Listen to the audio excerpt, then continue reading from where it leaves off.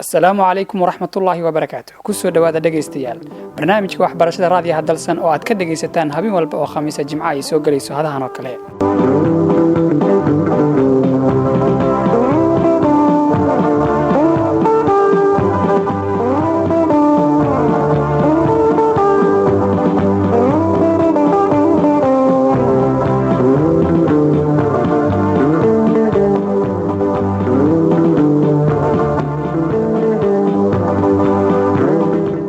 barnaamijkana caawa waxa aynu kaga hadli doonaa waxbarashada ardayda jaamacadaha sida aynu ogsoonahay magaalada Muqdisho waxa ku yaala jaamacado aad u fara badan kuwaasi oo ardayda ay wax ka bartaan ardayda magaalada Muqdisho ee wax ka barta jaamacadaha magaalada Muqdisho ayaa kala kulma caqabado kuwaasi oo isugu jira kuliyadaha waxbarashada iyo hadba waxa ay baranayaan waxaan booqasho ku tagnay mid ka mid ah jaamacadaha magaalada Muqdisho jaamacadda Daha International University oo aan wareysi kala yeelanay waxa aynu wareysi la yeelanay madaxa public relationka jaamacadda Daha al-Ustaad Cabdiqani Xaashi ustaadi ku soo dhaw barnaamijka waxbarashada ee raadiyaha dalsan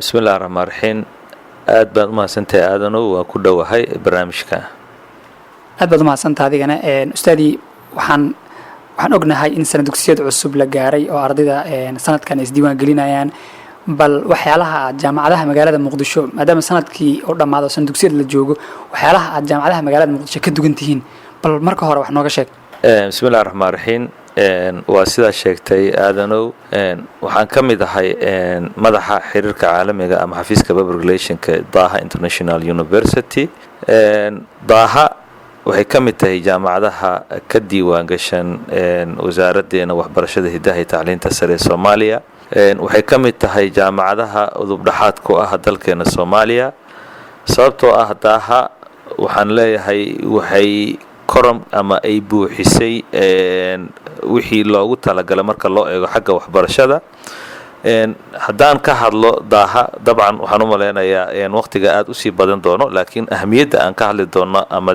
doorka aan ka hadlayna ayaa wuxuu yahay maxay uga duwan tahay tacliinta ardayda sana dugsiyeedka maadaama la gaaray xilligii 2018 daaha waxaan ugu talagalnay ardayda marka loo eego waxbarasho tacliinteedu heer sare uu yahay. tusaale ahaan inagu kuliyad ahaan marka loo eego kuliyadaha aan bixino waa 7 kuliyadood, sida kuliyadda haddaan mid u xuso kuliyadda caafimaadka, kuliyadda dhaqaalaha, kuliyadda siyaasadda, kuliyadda beeraha, kuliyadda shareecada, kuliyadda computerka iyo kuliyadda maxaa la yiraahdaa educationka ama waxbarashada.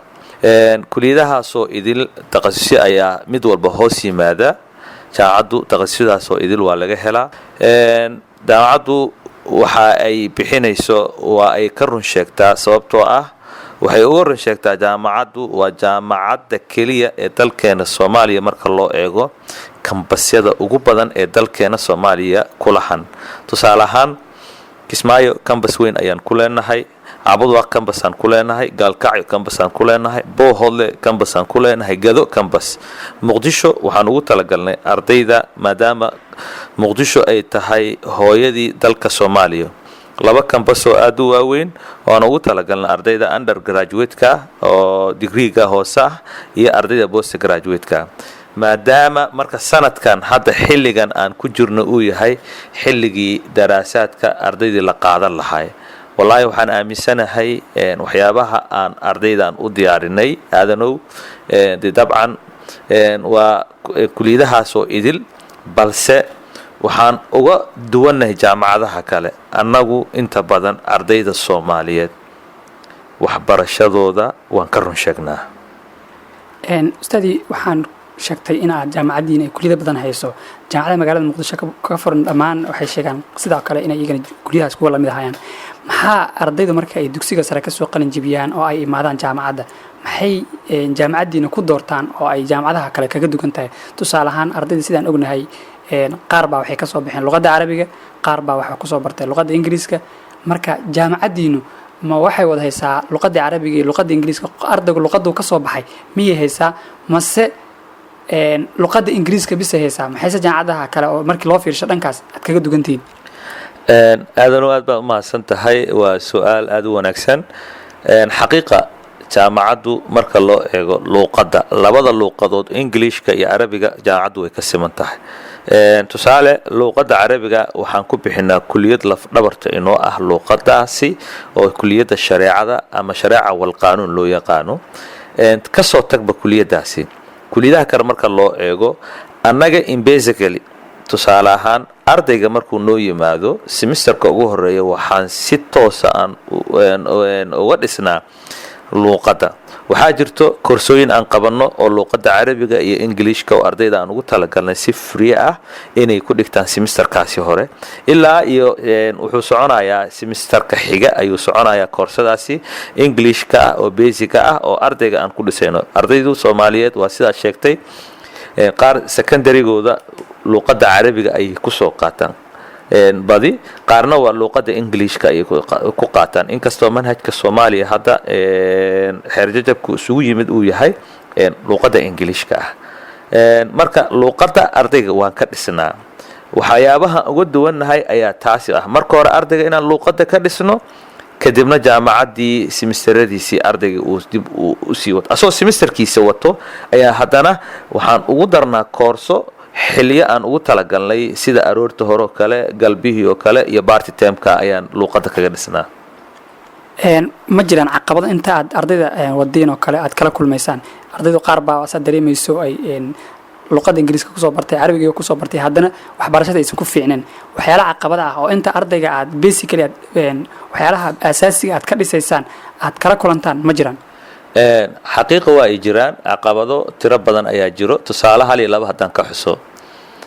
caqabada xagga luuqadda marka loo eego ardayga marka uu ku soo barto dugsigiisa sare iyo dhexe luuqadda carabiga kale waxaa dhacaysa luuqadda ingiliishka ah inay aada ugu adkaato semesterka hore iyo semesterka xigaba. weliba semesterka hore ardayga inta badan jahwareer ayaa kaga dhaca xagga luuqadda marka loo eego. ujeedkaas marka waxaan u sameynay waa sidaan hore kugu sheegay in aan ardayda marka hore luuqadda isagoo manhajkii semesterkii digreegii uu sii wato ayaan haddana waxaan ugu sii darnay luuqaddii inaan kasii dhisno. caqabad kaloo labaadaa jirto, kuliyadaha ardayda inta badan way ku wareeraan. annagu waxaan sameynaa ardayda intaanan jaamacaddu aysan bilaabin dugsiyada sare ardayda kasoo qalinjebisay waxaan u sameynaa wax loo yaqaano academic selection. kuliyadda ay dooranayaan ayaan u sharaxnaa. ardayga ahmiyad ahaan kuliyadda asaga uu ku wanaagsan yahay ayuu meeshaasi uu ka garanayaa. sababtoo ah ardaydu waxaan inta badan ku aragnay arday markay semesteradii koowaad dhammeeyey waxbarashadii oo semesterkii xiga u gudbayo dhahayo waa ku jahwareerna kuliyadaani hana laga bedelo kuliyad hebel hana loogu bedelo. caqabadahaasi waa caqabadaha inta badan ardayda Soomaaliyeed inta badan marka loo eego jaamacadaha dalka ka jiro hor istaagto. taasina waxa keenayso dhaliisha waxaan saarayaa xagga waalidka, waxaan saarayaa xagga asxaabta, waxaan saarayaa xagga ardayga laftirkiisa. tusaale waalidku ardayga kuliyadda uu ku fiican yahay marka hore dabagal kuma sameynayo, laakiin wuxuu ku qasbayaa kuliyadda asaga uu jecel yahay. uu isdhihi karo ardaygan beri ka maalin haddii wax uu ka barto wax soo saar ku sameyn karaa. xagga marka loo eego macallimiintii asaasiga wax soo bartay ayadoo laftirkeeda dhaliisha dhinacan ka saaraya. sababtoo ah ardayda waxaa loo baahan yahay ardaygii adiga bayska aad kasoo dhigtay dugsiga sare hoose dhexe iyo sare aad soo siiso intaasoo sano kula soo joogay waa inaad u samaysaa laftirkiisa ardayga waxa uu kuliyadda uu ku fiican yahay waa inaad kala juus garaysaa. ardayga laftirkiisa dhaliisha waxaan ku saaraynaa ardayda tusaale isagoo ahmiyad ama target leh oo laga yaabo inuu ku fiican yahay biology-ga matalan dugsiga sare oo kale oo uu la rabo inuu caafimaadku uu wax ka barto ayaa waxaa laga yaabaa asxaabtiisa mid ka mid ah inuu yiraahdo engineering ayaa laga yaabaa inaan engineeringkaasi lagu qasbo sidaasuu engineerka uu ku doortaa. marka caqabadaha way fara badan yihiin aadano. waxaad ka dhawaajisay ardayda sida aad sheegto waan caqabad jirto oo dhammaan waalidiinta iyo jaamacadaha dhammaan ka dhaca. adinku marka aad caqabadaas oo kale la kulantaan oo ardayga uu bilaabo jaamacaddii semester 1 ama 2 uu gaaro uu haddana ku fail garoobo kuliyadii oo bilaabay maxaa u samaysaan oo survive ah si aad waxbarashadiisa ardaygu ugu naqan mid ku guuldareysto hore ugu sii wato? aadano aad baa u mahadsan tahay. waa sax waa sidaan hore kuugu dhawaajiyay caqabadahaasi waa targetka midda ugu weyn caqabada ugu weyn waa academic selectionka. waa sidaan kuu sheegay marka hore annaga ardaydana soo booqata ama iskuulaadka aan booqana ama iskuulaadka nagu xiran jaamacad ahaan waxaan u sameynaa in aan academic selectionka aan ka dhisno.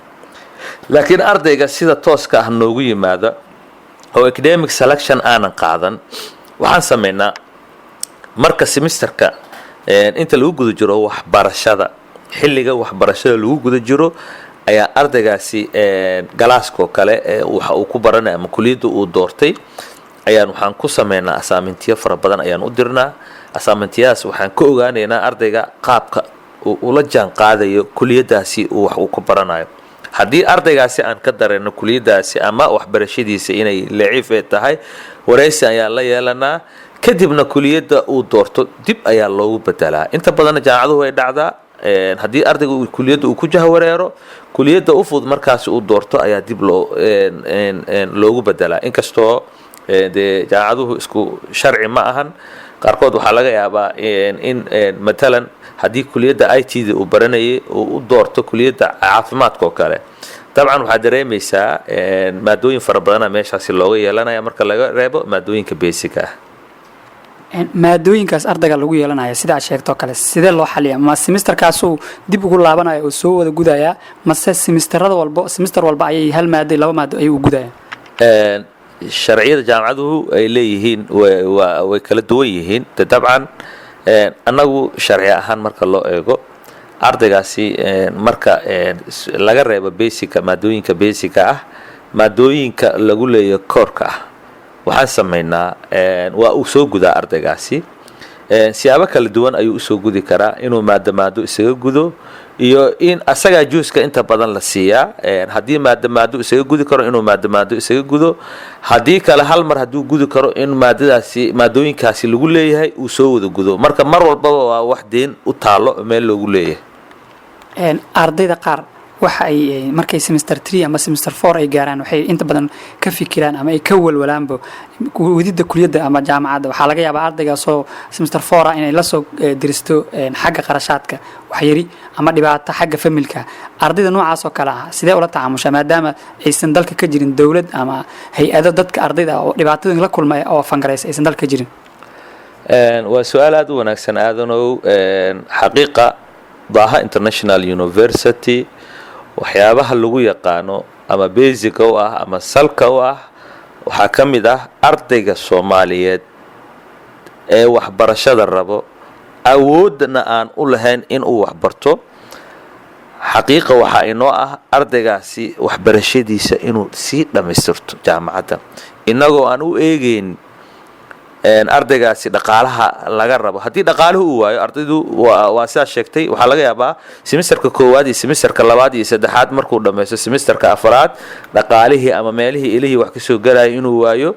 waxaan sameynaa ardaygaasi codsi uu soo gudbistaa, sidaas ayuu jaamacadda uu kusii dhammaystaa. arday waxaan ogsoonnahay oo annaga aan hayno semesterkii koowaad bilowgiisii ilaa semesterkii 8aad uu dhammaystay ardaygaasi aan waxba laga qaadin. marka jaamacaddu arintaasi waxaan is leeyahay maamulka kheyr Allah siiyo. dabcan jaamacad walba maamulkeeda ayaa hormuud u ah. marka go'aanadaasi inta badan maamulka ayuu ka soo baxaa, maamulkaana hirgeliya. markii aan qodobkaas dib u eegno arday waxaa jirto aad siisaan scholarship oo free ah, qaarna half ayaad siisaan scholarship-yada. sidee u xulataan ardayda aad siinaysaan scholarship-yada? scholarship-yada siyaabo kala duwan ayaan u xulanaa. tusaale ahaan iskuulaadka annaga nagu xiran oo aan soo booqanno, dabcan ardayda kaalimaha gala iskuulaadkaasi inta badan waxaan siinaa scholarship full ah. waxaan kaloo scholarship full ah siinaa ardayga iskuulka uu soo xambaarayay oo isagu laftirkiisa oo laga yaabo iskuulka inuu soo siday dugsigiisa hoose dhexe sare uusan waxba ka qaadayn, oo arday tabar yar awood aan u lahayn familkiisa aan awoodi karin inuu ahaa.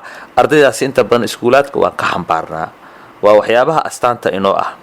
sidoo kale ardayda scholarship-yada aan siino oo sida caadiga ah oo qofka other judgeska laga qaadayo waa ardayda inta badan marka loo eego xagga aqoonta laftirkeeda iskuulaadka markaan soo booqanayno kaalimaha gala 10aad ilaa iyo 1aad oo kale waa ku xulanaa. inta badan waxyaabahaas aan ugu xulanaa. scholarship-yada bixisaan dhammaan makuliyadaha ama qaar baa scholarship ah? scholarship-yada inta badan aan bixino ama deeqda waxbarasho kuliyadaho idil ma noqon karto. dabcan waa dareemaysaa aadanow. tusaale haddaad dhahda kuliyadda caafimaadkaan scholarship ku dhiibayaa sida medicineka oo kale ama medicine and surgery oo kale. caafimaadku uu baaxad weyn yahay, public health-ga iyo nursing-ka, midwifery-ga, nutrition-ka, lab-ka, waxyaabahaasoo idil way dhici kartaa in lagu dhiibo scholarship. laakiin medicine marka loo ama clinical medicine oo kale marka loo eego culays ayay noqonaysaa, sababtoo ah ma noqon karo ardaygaasi in scholarship lagu siiyo, sababtoo ah culeysyada aad ka imaanaya ayaa waxay tahay ardaygaas beri ka maalin wuxuu u baahanaya internship, macalinka wax u dhigayo oo dhakhtarka ah wuxuu u baahan yahay qarash aad u tiro badan, waa uu ka qarash badan yahay marka loo eego kuliyadaha kale.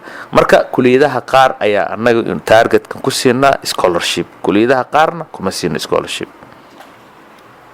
markii la eego ardayda scholarship-ka aad siisaan hadhowti markii ay jaamacadda dhameeyaan ama ha ahaadaan scholarship oo dhammaystiran ama deeq waxbarasho dhammaystiran ha ahaato ama deeq waxbarasho haaf ha ahaato, marka ay jaamacadda dhameeyaan ma wax qarashaada oo dib looga soo dalaa ayaa jiro mase waa sidaa u siiseeno marba wax deeq waxbarasho haddii la yidhi waa deeq waxbarasho?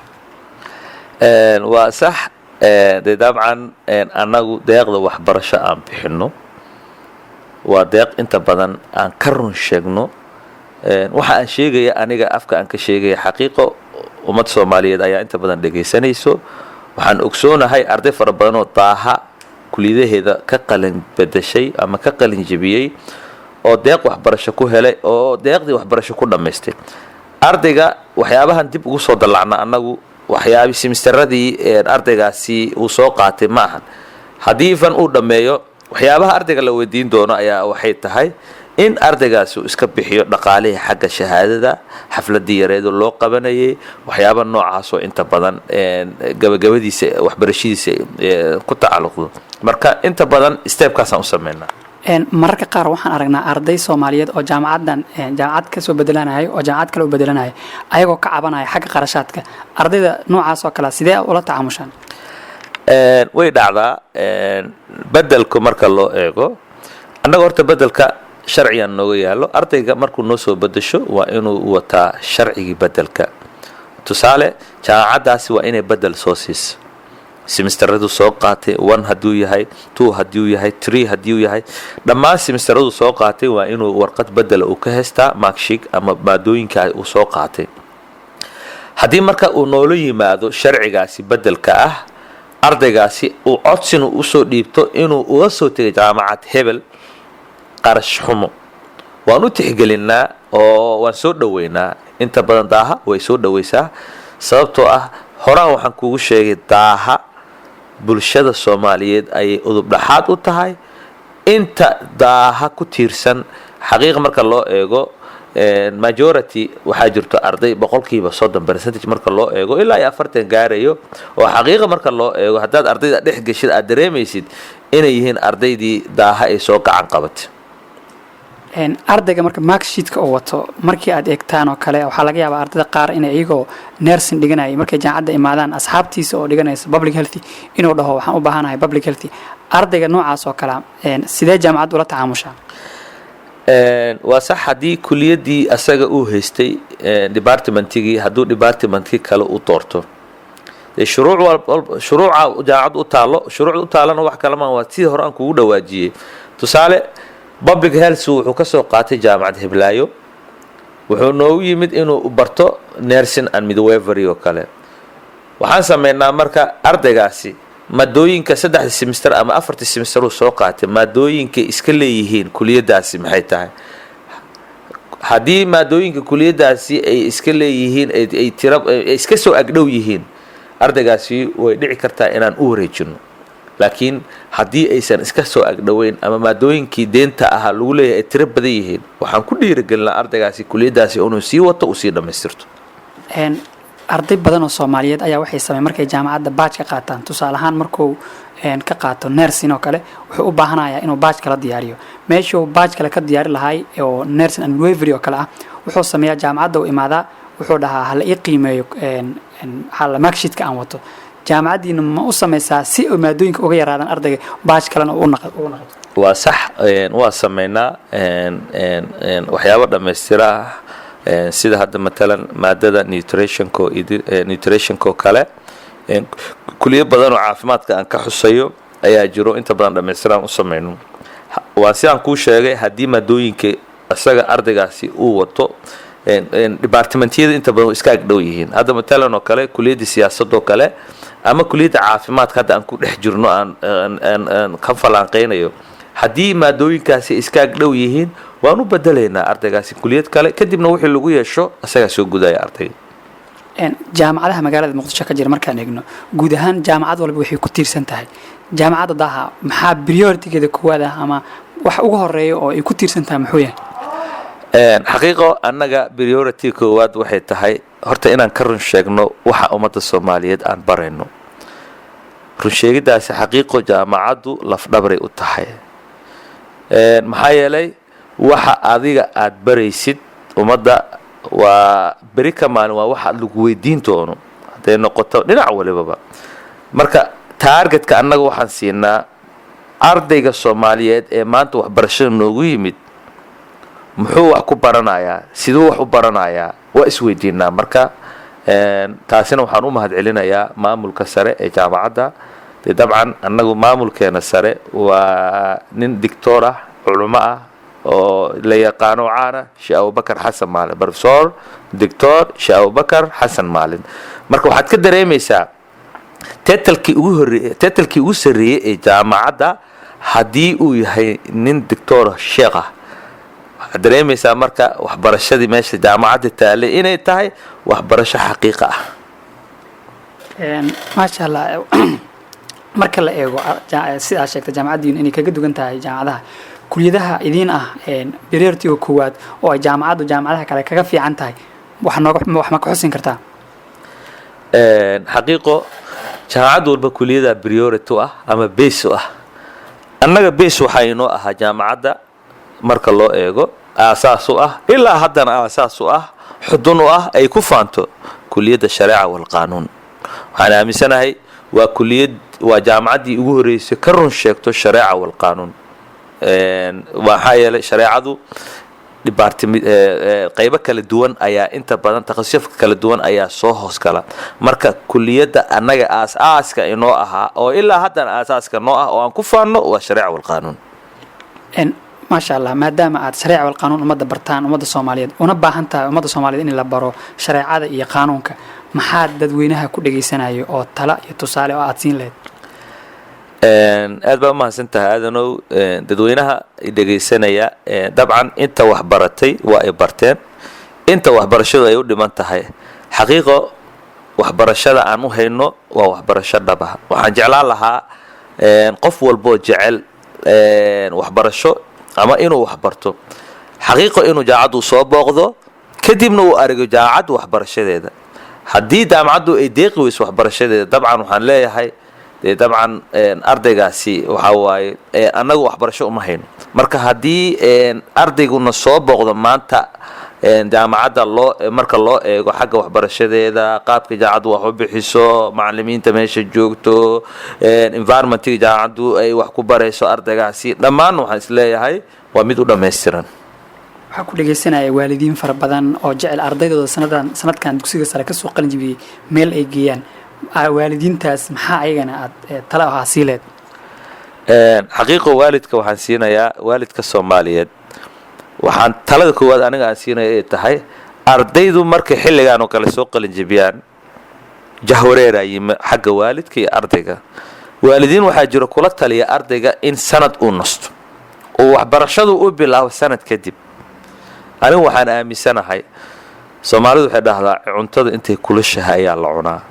ardaygaasi intuu curdanka uu yahay ama uu secondary-ga hadda waxbarashadii maskaxdiisa weli ay ku dambayso waa in jaamacad levelkeeda ama foundation ha qaato hadduu rabo inuu waxbarashadii uu sii wado. muhiimadda waxbarasho waaye inuu waxbarashadii uu kusii guda jiro waxbarashadii uu sii wado. kaasina wuxuu ahaa al-ustaad cabdiqani xasan madaxa public relationka jaamacadda Daha International University. ustaadi aad baad u mahadsantahay. shukran lak. waan kaaga mahadcelinayaa aadanow. intaa ayaynu ku soo gabagabaynaynaa barnaamijkii waxbarashada raadiyaha dalsan aad kala socoteen. barnaamijka waxaa idiin soo saaray anigoo ah aadan xasan maxamuud. dhanka farsamada waxaa iga qaabeynayay maxamed xuseen xusni. inta aynu ku kulmi doono barnaamij midkaan la mid ah sidaa iyo nabadgelyo.